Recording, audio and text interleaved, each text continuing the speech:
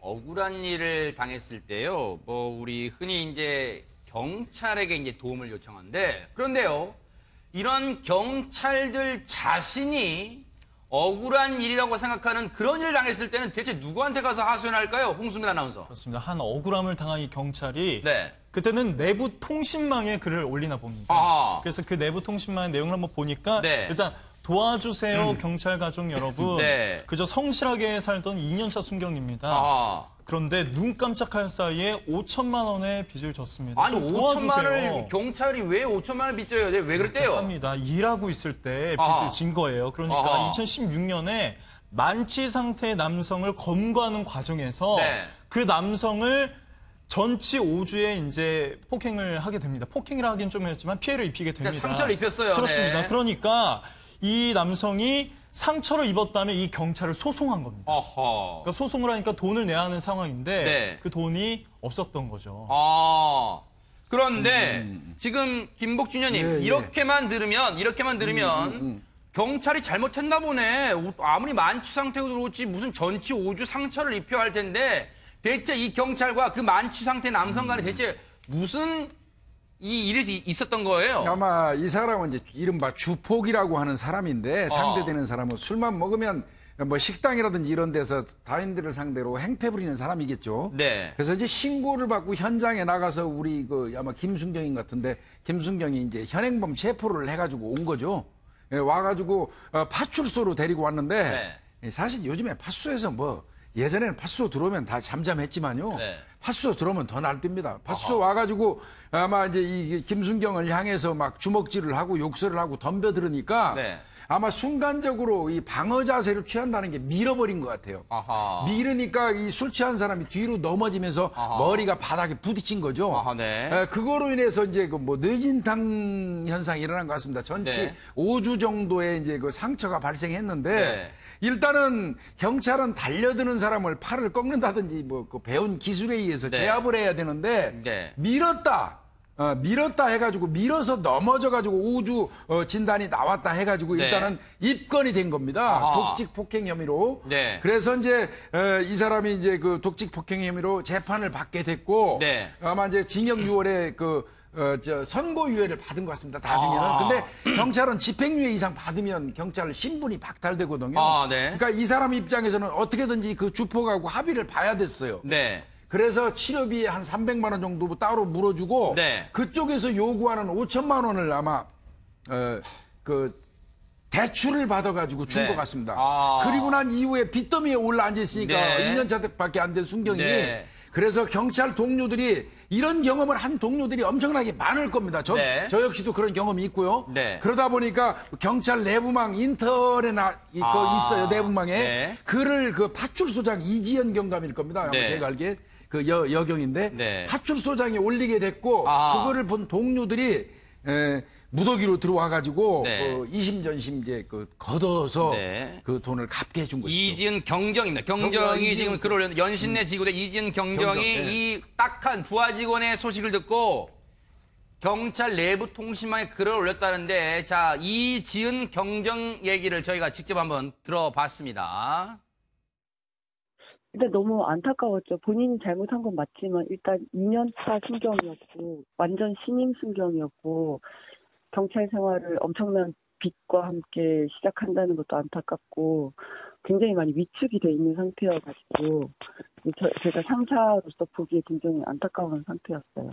그 직원이 잘못한 건 맞는데 순경 2년 차여서 뭐 월급이 많은 것도 아니고 다 대출금으로 그렇게 했는데 돈도 없고 경제적으로 여유로운 것도 아니어서 이제 안타까워서 모금을 하기로 결정을 했습니다.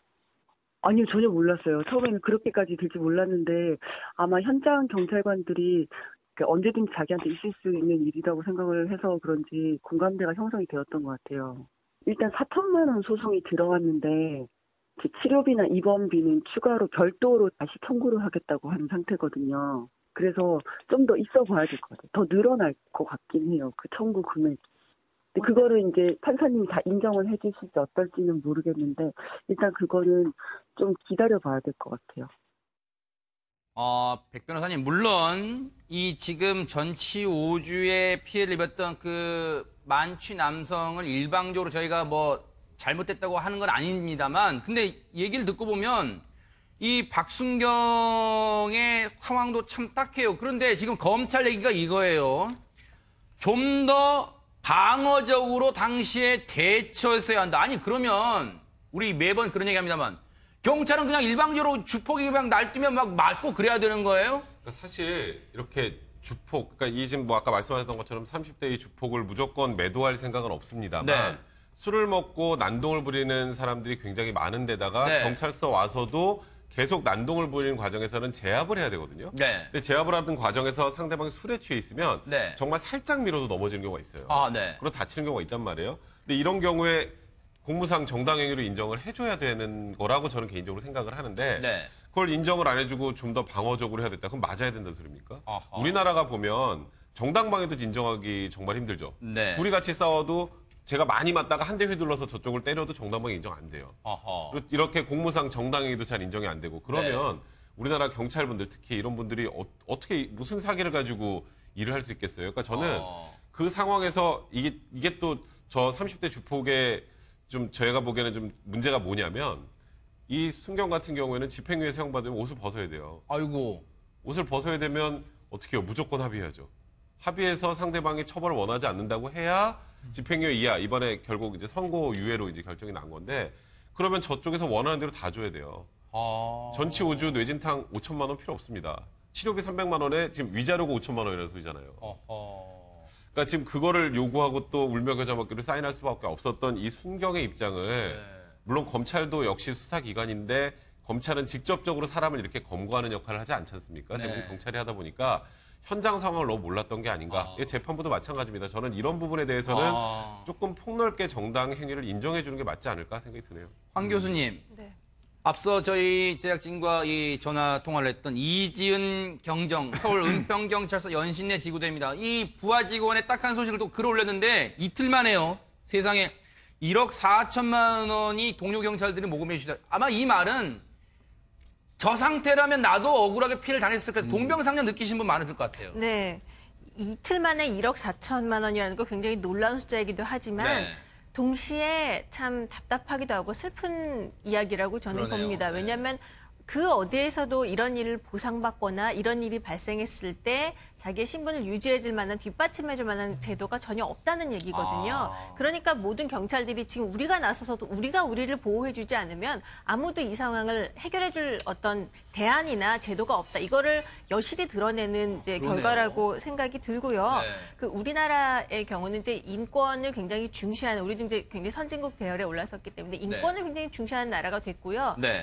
이런 생각이 들어요. 만약에 정당방위권이나 방어권을 방어적으로 대처해라라는 대신에 좀 그런 공격적으로 경찰이 대처할 수 있고 좀 더 적극적으로 행동을 해라라고 했을 때는 분명히 여론이 굉장히 민감해서 경찰이 그러면 시민들의 인권을 무시하는 것 아니냐. 분명히 이런 얘기도 저는 나올 거라고 그러네요. 생각됩니다. 네. 지금 이 사건이 터졌기 때문에 경찰이 좀 더 공격적으로 대응해야 되는 거 아닌가 하지만 네. 반대의 사건이 터졌다면 또 그 반대 여론이 분명히 나올 거라는 생각이 그러겠네요. 듭니다. 네. 그러니까 이게 애매한 거죠. 열심히 하면은 왜 이렇게 경찰이 세게 하느냐. 좀 소극적으로 하면 경찰은 뭐 하느냐. 맨날 맞고만 있냐. 왔다 갔다 네. 하는 거죠. 아하. 그래서 대안이 꼭 필요할 것 같아요. 이런 일이 생겼을 때 어떤 보험이라든지 아니면 경찰이 아무 걱정 안 하고 정말 자기 임무에만 충실히 수행할 아하. 수 있도록 그런 제도가 만들어져야지 이런 해법을 그러네요. 우리들끼리 돈을 모아서 해결해주자 아하. 이런 일은 더 이상 있어서는 안 되겠죠. 그러네요. 네. 지금 김복준님, 황 교수님 말씀 들어보니까 지금 황 네. 교수님이 정말 좋은 걸 짚어주신 것 네. 같아요. 물론 이틀 만에 1억 4천만 원 모금이 모인 거, 따뜻한 모금, 성금이 모인 건 좋지만 이게 근본적인 해결책은 아니라는 생각 들어요. 정말 이 경찰청 차원에서 경찰이 정당하게 공무 집행하는 과정에 생긴 일은 열심히 해라. 그럼 우리가 뒷받침하게 돼. 뭔가 이런 제도가 있어야 되는 거 아니에요? 그러니까 적어도 독직 폭행이라고 그러면 조사하는 사람을 잡아와가지고 폭행의 고의가 있어야 돼요, 경찰이. 네. 사적 감정이 개입돼가지고. 근데 업무를 집행하는 과정에서 부득이하게 실수에 의해서 이런 문제가 생긴다면 네. 청 차원에서 보험이라든지 이런 걸로 이제 해결할 수 있는 그런 좀 조치를 취해야 되고요. 네. 저는 무기 사용 네. 요건, 체포 요건 중에서요. 네. 주위의 사정을 합리적으로 판단하라는 네. 말도 안 되는 추상적인 그 개념부터 바꿔야 된다고 생각합니다. 알겠습니다. 자, 뉴스파이터 여기서 마칩니다. 함께해 주신 여러분 고맙습니다.